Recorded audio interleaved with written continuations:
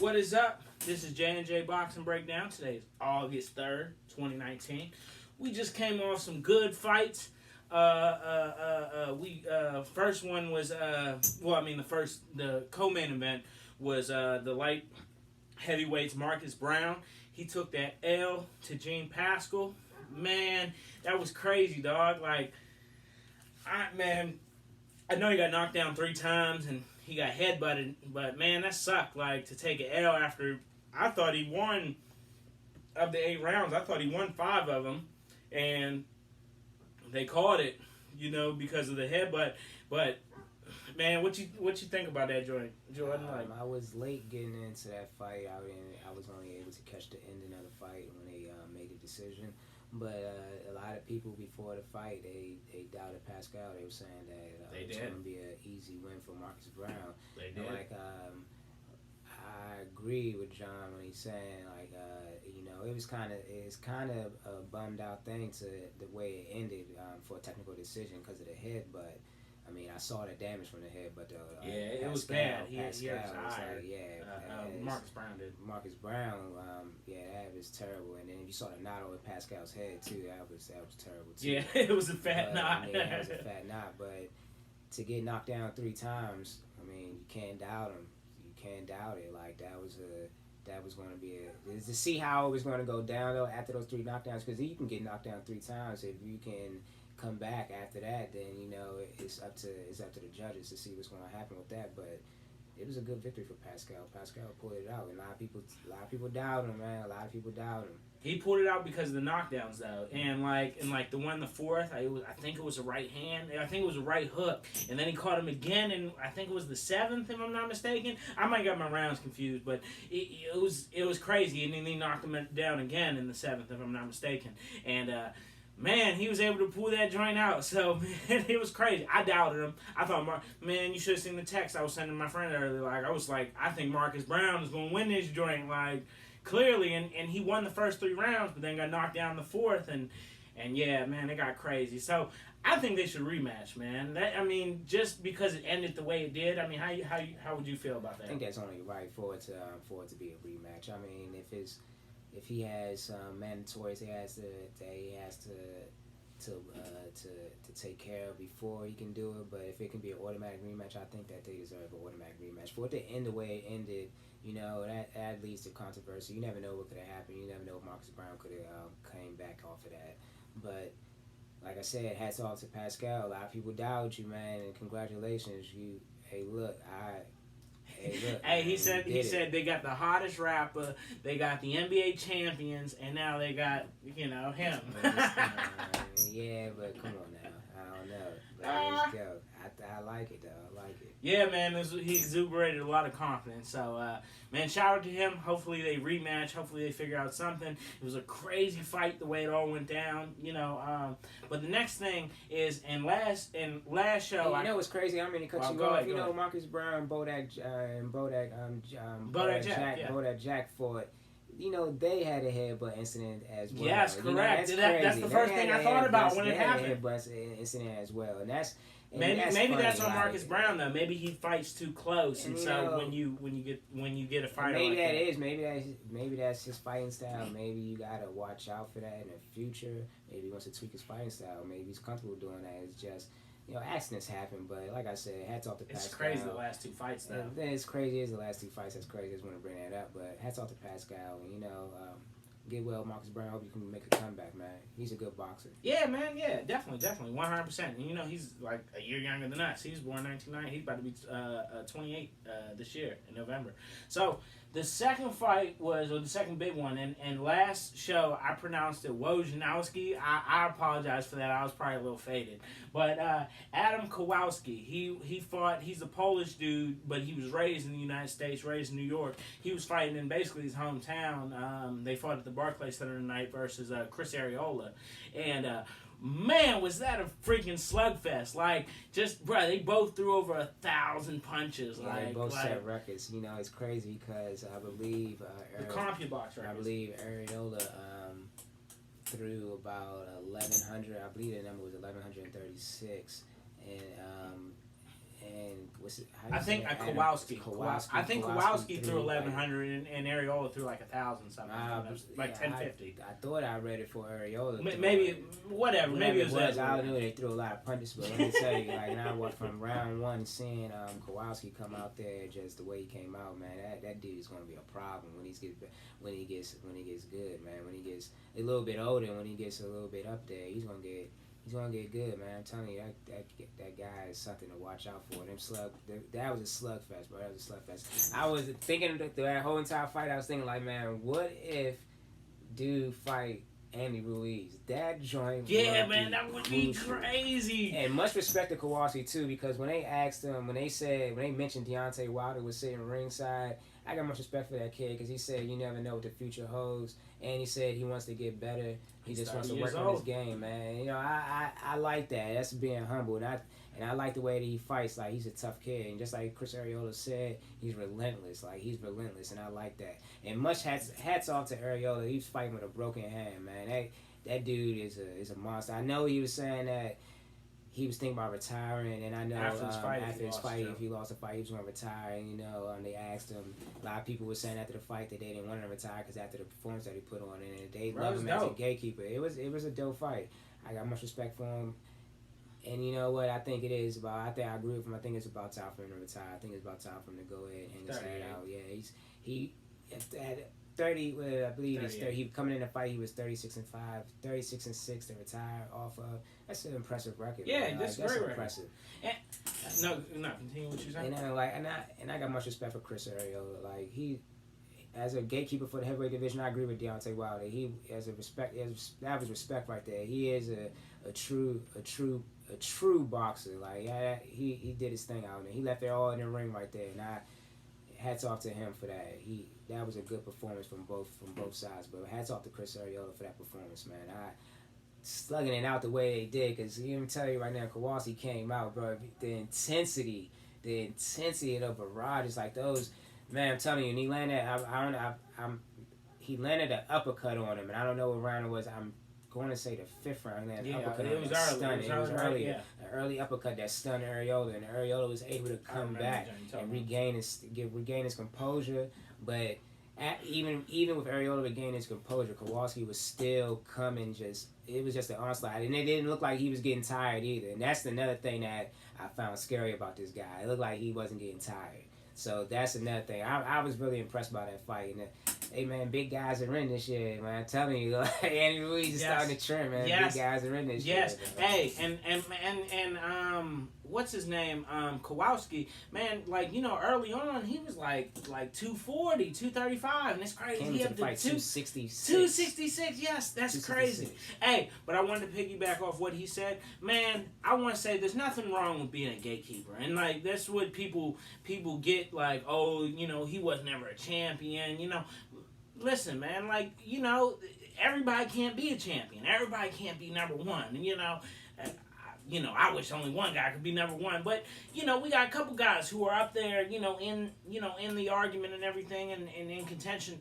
But somebody has to be the guy that the up-and-comers have to go through, you know, and if that's Chris Arreola or that's Joseph Parker, there's nothing wrong with that. That's perfectly cool. You know, as long as you, like, a big contender or you up there and you getting your money, that's the important thing, you know. So, man, dope. Shout out to Chris Arreola. I thought it was dope. He messed up his left hand sometime, like a fifth, sixth round, something like that, and he fought through it, man. Shout out to Chris Arreola. That was a dope fight. If he ended his career off this fight, he has nothing but to be proud. Like, you know, because he's fought some good guys, though. You know, they say lost to Klitschko. They lost to that guy, Steven Severn.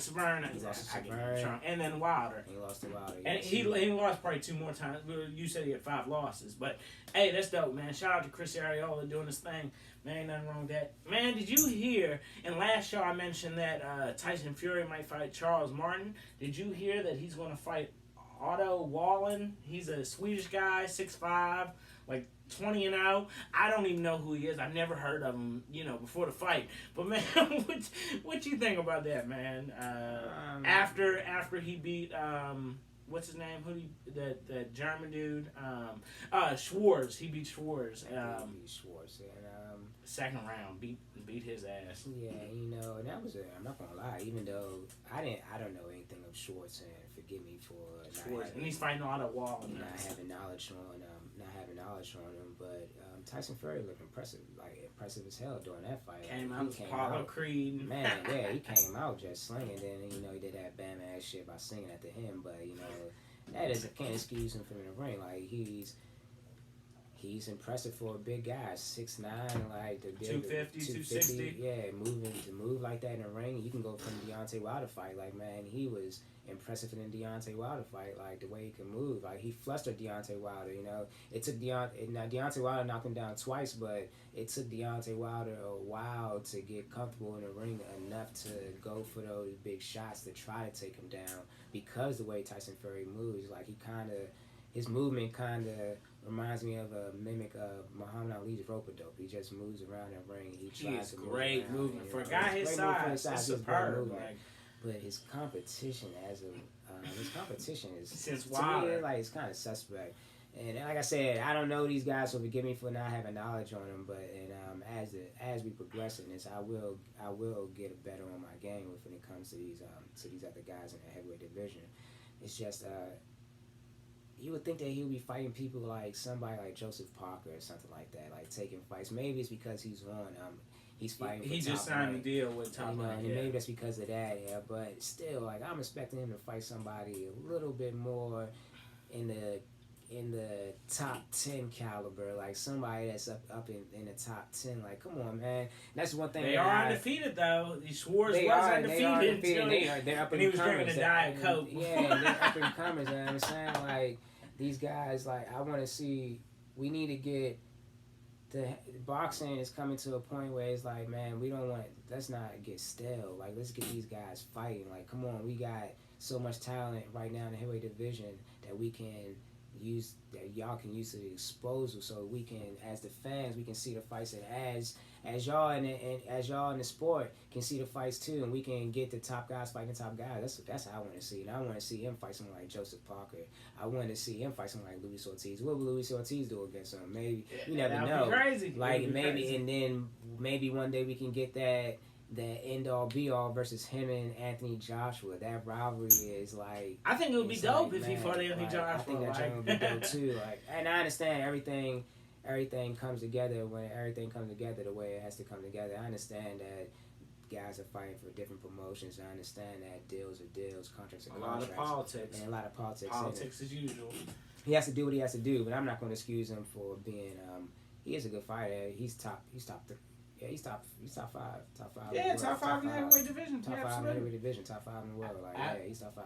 Absolutely. So is he lineal champion? No. And we talked about that last show. Is all that lineal champion? Me and him both believe it's bulljive per se. But next thing I wanted to get into was. I want to talk about some hypothetical matchups since we're on the heavyweights. And so we had 3 proposed that we were going to talk about on the show. And it's just a 30-minute show tonight. But I wanted to say is and still talking about Tyson Fury. Talk about the guy he said he was named after with the last name with the name Tyson was Mike Tyson. Was Mike Tyson versus Tyson Fury. It would be such an intriguing matchup just because of the size difference, being as though Mike Tyson is 5'10" versus 6'9" Tyson Fury. Before I give my thoughts, I want to ask Jordan, how do you think that fight would go if Mike Tyson fought Tyson Fury? All right, putting my love for Mike Tyson aside, I'm gonna go. That's my guy. That's my guy, and I think that Mike Tyson can pull it out in a 12-round fight. I think he can pull it out in 8, and I think he can do an 8 by TKO. It's the reason why I say an 8 because that height advantage and that length, Mike Tyson. Even though looking back at the height advantage that Mike Tyson, the height disadvantage that Mike Tyson was facing back when he was coming up. It's still not no 6'9" Tyson Fury. You gotta be honest. Like Tyson Fury. Bro, he was fighting guys that were 6'3" and 6'5". Like 6'5". He wasn't fighting 6'9". 6'9" Tyson and Fury. a guy who can move like Tyson Fury. Like Tyson Fury. I think that Tyson would still be able to do his thing, get up in there, and still like work the body. That would be the most crucial thing in that fight, working the body. That's why, and I think that's why I say I think Tyson can do it in 8 because he's going to be working that body, and then Tyson can take a hit. So Tyson's going to be doing his thing low. He's going to be low. He's going to be coming down. He's going to be low. So I know he's going to be coming in low the whole entire time. It's easier to swing up than it is to swing down. So I give it to Tyson in 8. Tyson Fury's going to do what he can do. And he's going to be, I think Tyson Fury's going to put on a good show, but I think that he gets TKO'd in 8. I'm with Jordan. I give Mike Tyson I give him the win. I think it'd be like a 9th round TKO. I think it'd be a 9th round knockout. I think it'd be pretty even, maybe like through 4, I think maybe it'd be like, it'd be pretty even, but after like 5 and up, I think Mike Tyson would just go to the body and, man, I think he was better than Tyson Fury. Like, I think he had more skills. Like if you took like a 1991 like Tyson or Tyson, like intimidated. Man. Yeah, I think he'd win like 9th round knockout. Yeah, I think you put that prime Mike Tyson in there. Like Tyson Fury's good, but he can't. Mike Tyson, you know what I'm saying? Like that funny shit. I don't think he would be on that funny shit. Mike Tyson. Yeah, no. And he'd see the size of it. Like it would be such an intriguing matchup, so I think it'd be dope. The next one we want to talk about is Larry Holmes versus Joe Frazier. I think it'd be a really cool matchup. Larry Holmes is a little bit bigger than Joe Frazier. I think Larry Holmes will come in prime Larry Holmes. I think he'd come in as the favorite. I think Joe Frazier would take that joint. Like it might go 12. It might be like a split decision, and that's how I think I would see it. But I think I think Joe Frazier would give Larry Holmes the business. Like Larry Holmes would do good, but Smoking Joe, he was one of a kind. Man, what you think about that matchup? Man, Smoking Joe was one of a kind. He beat Ali. He was a dog. Yeah, he did beat Ali. He was a dog. Larry Holmes was a dog too.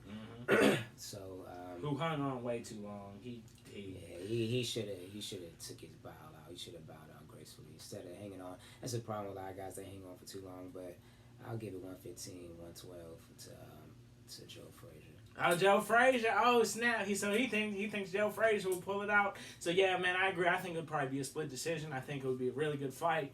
It would just be intriguing as much. I don't know. I think it would be dope. I think it would be a good matchup and everything like that. So the last one we want to talk about is Joe Louis versus Luis Ortiz. And I know that sounds crazy. It's like you say Joe Louis versus Luis Ortiz when Joe Louis has a lot more pedigree per se than Luis Ortiz does. But the thing is, Joe Louis never fought a southpaw that was 6'3", 235, man. Jordan, what you think about that? Joe Louis versus Luis Ortiz, man. Joe Louis was 6'2", but he was closer to 200. And Luis Ortiz 6'3", 235 southpaw. King Kong, Luis Ortiz. King Kong, yes. Go look at that Deontay Wilder fight. King Kong ain't no joke, man. Not at all. He was tagging Deontay Wilder. That's the first time I've seen Deontay Wilder fall back. Really in trouble. And it's a shame we didn't get to see Luis Ortiz earlier. I think if he had been 10 years younger, he'd have been right up there with any of these heavyweights right now. It's a shame that we didn't get to see him much earlier. Joe Louis, though, man, he was a beast. He was nice. Nice. The Brown Bomber, man, he was no joke, man. How you think that would go in a 12-round fight? Yeah, there's a reason why Deontay Wilder calls out the Browns Bomber, so I understand that. But in a 12-round fight, man, son, I'm telling you, I don't know. Like Luis Ortiz is I just think that power, like that power, man. I know I keep saying it, but that power, Luis Ortiz got some power. That's raw power too. Like I'm telling you, that's the first time I ever seen Deontay Wilder really, really in trouble. Like really in trouble. Like getting tagged up to the point where them joints was hurting. Like and Deontay Wilder was stumbling and he was on the ropes, like in trouble. That's the first time I ever seen him like that. It was versus Luis Ortiz. I agree. Luis Ortiz exposed Deontay Wilder a little bit, and Deontay came back, but getting back on topic, I think Luis Ortiz will come out, and I think Luis Ortiz can do that. In a 12-round fight, I think King Kong can get it done. Do you think he would get it done? He could get it done. I think he can get it done in 10th round. I think he can get it done in 10th round. See, this is where we have a difference of opinion. I think he would knock Joe Louis down early. I think Joe Louis would need some adjusting, getting used to a southpaw with that size and that much power. I think Joe Louis figures it out, though. I think Joe Louis wins like 10th round TKO, though. That's what I think. I think he figures it out. In the 10th round, though, like, because that fight would be... Wouldn't it be epic? It's only because I'm not worried about, like, don't get me wrong, and please don't get me wrong, I'm not worried about height advantage or height disadvantage. I mean, it's only... Luis Ortiz is just an inch taller, but he's a lot bigger than him. And he's a lot bigger than him, but Luis Ortiz is he can technically box and he can slug it out. I think that he would do a combination of both when he goes up against Joe Louis, and I think that would wear him down for them. I think he will wear him down. I think Joe Louis will get it. I will have Joe Louis winning probably round 1.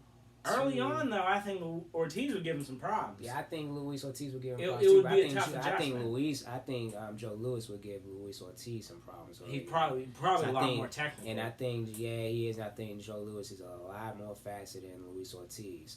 But I still think Luis Ortiz, he's going to be able to wear him down. I think that 10th round TKO is going to come into play. The one thing I got to say is, even though he wasn't southpaw, Joe Louis beat that big Italian dude back in the day. He was like 6'5", 260. Joe Louis was able to handle him. So, I mean, I don't know. I think Joe Louis wins, like 10th round knockout type stuff, or 10th round TKO maybe. He catches Ortiz in the corner and gets the piece in the mouth. You think it go the other way? You taking Luis Ortiz? Yeah, I think it's Luis Ortiz, but we gotta move on because we don't want to lose time.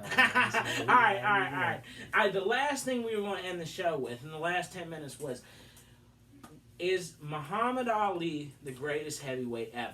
In my opinion, he is. And when I say the greatest heavyweight ever, I don't mean necessarily who had the best career. So, to me, I don't put Jack Dempsey or Gene Tunney or, I hate to say it, Jack Johnson. I don't put them that high because, I feel like that they were really good, but I don't think they could compete with the guys of today. And even Rocky Marciano, I don't really put him that high because I don't think he could beat the guys of today or guys of the 90s or guys of the 70s. And so, I'm just asking, in their prime, is Muhammad Ali the greatest heavyweight ever? And I think he would beat anybody. Like, I know he lost to Joe Frazier. I know he lost to Ken Norton, and he lost to Leon Spinks.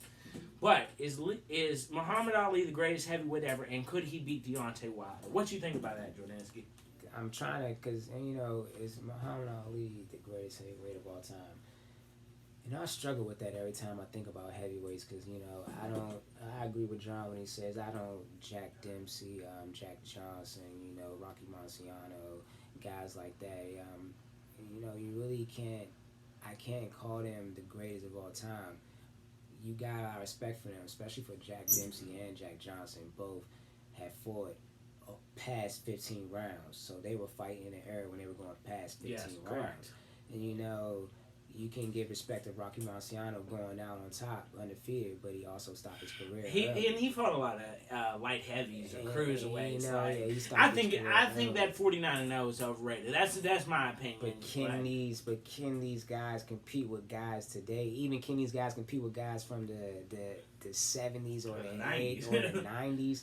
No. Can Rocky Marciano stand toe to toe with Mike Tyson? No.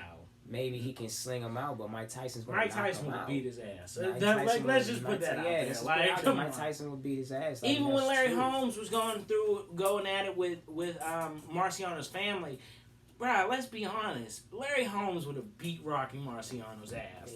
Can we just be real? Stop it. Larry Holmes would have whooped his motherfucking ass. To say who's the greatest heavyweight of all time, And as I said, I struggle with it because I gotta put my love for Tyson aside because, man, Tyson was up there, and I put him a lot higher because I think people underrate him because of how his career went with him going to jail and him losing to Holyfield. Skill wise, Mike Tyson in his prime was top 5, arguably top 3. Seriously, if you're really going to say that, when he was in his prime, just that power and that quickness was fucking great. So I think, in my opinion, Tyson is like top 5. Like that's why I want to say Tyson is top 5, and you know I got Lennox Lewis as being.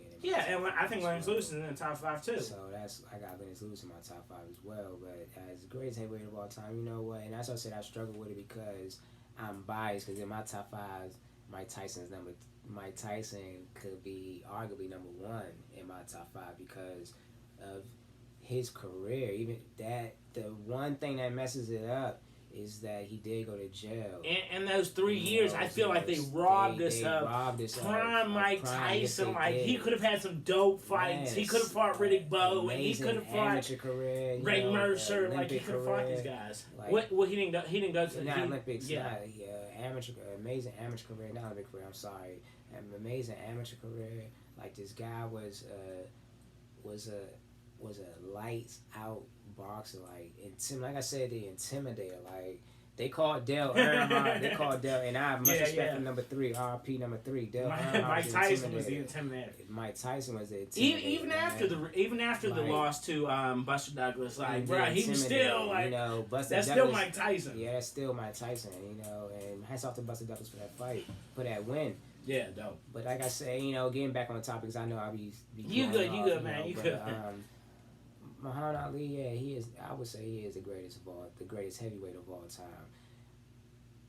And I mean, that's what I say. It's hard for me to say that because I love Mike Tyson. And his career is like, man, it's sad. And I didn't like him coming back and fighting passes. His exit. Like, not hate when guys do that. His size kind of limited him once he lost some of his speed. Like, but early Mike Tyson was a fucking monster. Was a monster. Yeah, yes. Yeah. Top five greatest ever. Yeah, no doubt. And that's why I say that. And that's why in my top 5, he is number 2. Like, he's number 2. He's in there. I probably got him like 3 or 4, but I definitely have Mike Tyson in my top 5. So, last question. Do you think that Muhammad Ali could beat Deontay Wilder? And that right there, even though Muhammad Ali is the greatest heavyweight of all time, Deontay Wilder, I'm telling you, is going to beat him. Here's why I say Deontay Wilder is going to beat him. And this is my thing. The rope-a-dope was and is a great tactic to move around the ring. He's quick on his feet, flow like a butterfly, sting like a bee. Who had the speed of a middleweight. Yeah, he was 6'3", 220. And just hitting you, boom, boom, boom. I think that it's going to take Deontay Wilder only 5 rounds to figure that shit out, and it's game over after that. I think Deontay Wilder is going to overpower in the ring. That size is going to take a factor. That reach advantage is going to take a factor. I think he's going to smother him in the ring, and after that, I think he's going to land that crucial right hand. That's going to be it. I'm not saying that he's going to demolish Muhammad Ali, but I think Deontay Wilder is going to win, and I'm going to say Deontay in a 12-round fight. Deontay Wilder is going to win by 11th-round KO. That's what I think. 11th-round KO. See. Here's my opinion.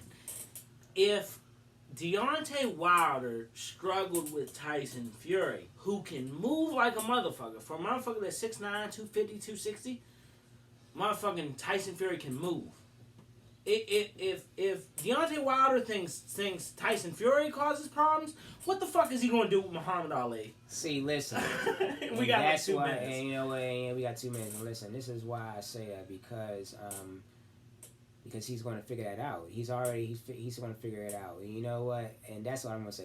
I think he's going to win because I want to go and give y'all the after we end the show. I want to give the heavyweight rankings for as of July 30th before we end the show. So I'm going to let John give his final thoughts before we end it.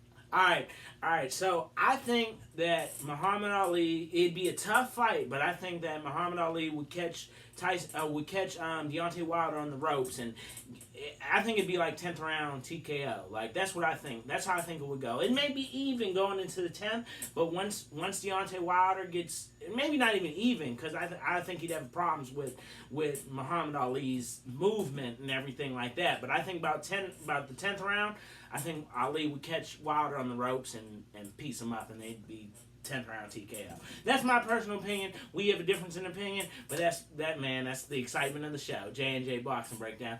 All right, man, appreciate everything. Appreciate everybody who tuned in. Man, you know what I'm saying? We had a good time talking about the fights. Hope you enjoyed them and everything like that. And yeah, man, that's the show for today, man. So at the end of the show, we're going to give you the the heavyweight rankings as of today.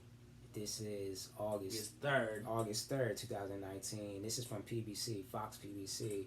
They have Tyson Fury as being the number 2 WBC and the number 7 IBF contender. Anthony Joshua is the number 3 WBC and number 3 WA and the number 6 IBF contender. You have Luis Ortiz as the number 4 WBC and the number 9 IBF contender, and Adam Kownacki. I'm sorry if I mispronounced your name, bro. The number 4 IBF, and number 6 WBC and number 7 WBA contender. And you still got Deontay Wilder as the reigning WBC heavyweight champion, and Andy Ruiz as the WBA and IBF heavyweight champion. All right, guys, I appreciate everything, man. We keep a lookout for us, and hopefully you'll enjoy this. Yeah, all right, holla at y'all, man. We out.